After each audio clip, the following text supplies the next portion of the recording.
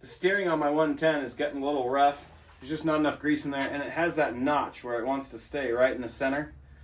And so we're going to upgrade these stem bearings from the ball bearing type that comes stock to the more modern roller bearing that most bikes have. Here's the number of the Tusk bearing kit I'm using today.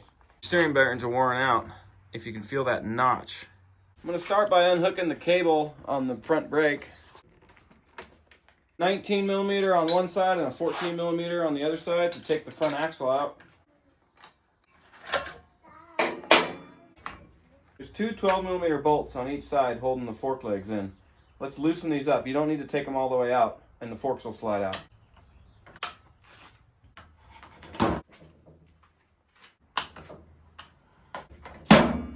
With all the weight off the handlebars, you can really feel that indent. We're going to remove these four 10 millimeter bolts that hold the handlebars on. These two 8 millimeter bolts hold the front number plate on.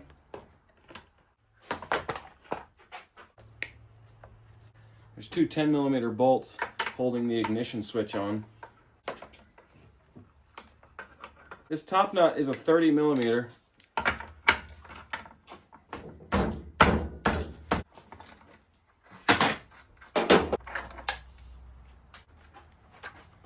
Most of the time, this locking nut on the triple clamp will be hand tight, and you can just remove it. If it's too tight, you may need a tool like this, a shock tool. You may need to use a pair of channel locks. How dry this was. There's no grease at all. Bearing races protrude into the frame just a little bit. You'll need a pretty sharp-edged punch, and you got to catch it right on that lip.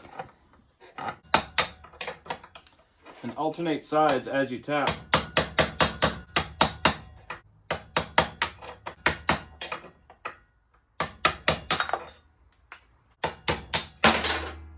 Before you put the bottom race into the frame, we're going to need that to help us install the bearing onto the stem of the triple tree. There's three 10 millimeter bolts. I'm going to chuck this up in the vise. I clamp it right here on these flat spots. And now with a chisel, we're going to remove this inner race.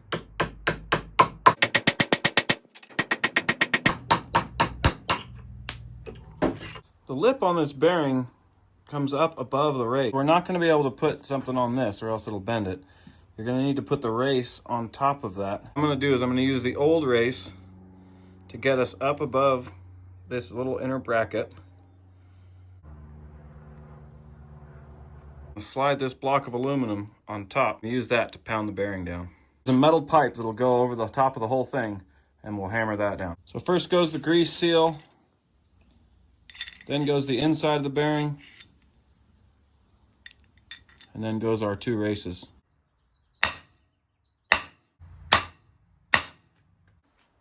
And if you want to make sure the bearing's seated all the way down, try and move the oil seal. The oil seal should be tight between the bearing and the triple clamp. I'm going to use a heat gun on this. You can use a torch, but there's a lot of wires around here.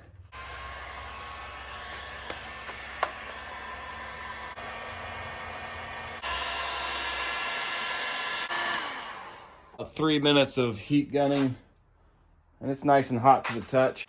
You're going to need something that fits pretty precise to the size of the race. I found this 34 millimeter socket to be the perfect size. Make sure that whatever you're using slides down in there, because if the punch is larger, you're going to be hammering it in there. You're going to get the punch itself stuck in the frame.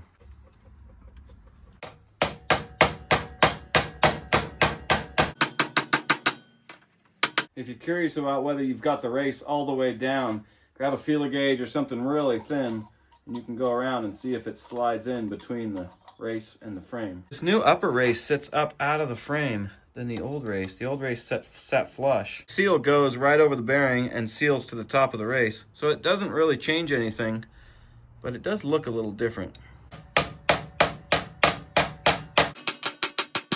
We need to get as much grease on these bearings as we can to get all the way around it.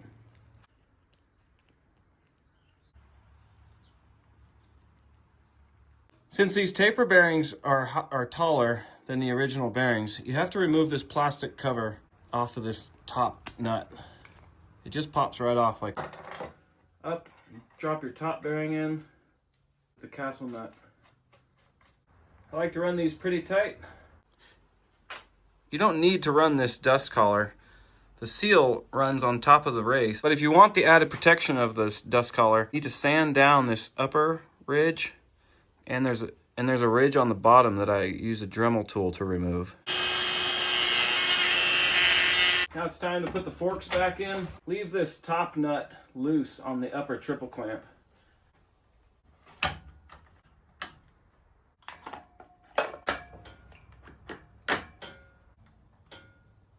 The bottom triple clamp is tight and the front axle is tight.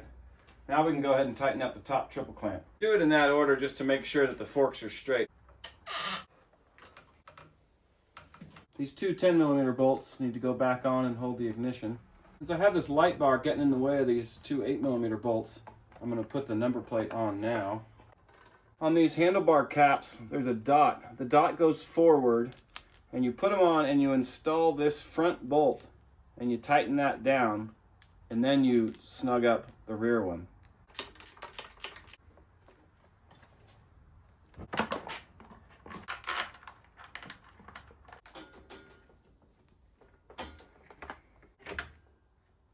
That project requires a little bit of effort, but if you have some patience and take your time, you'll get through it. You're a good mechanic. Also, if you feel like subscribing, I would appreciate it. I think I'm at like 700 subscribers, and you got to get to 1,000 before you can see if you make any money. If you have a 110, check my other videos. I got a couple of different videos on the 110. I got this sweet new 450L that I'm going to be working on. If you subscribe, then you'll be able to see all my videos. Thanks for watching.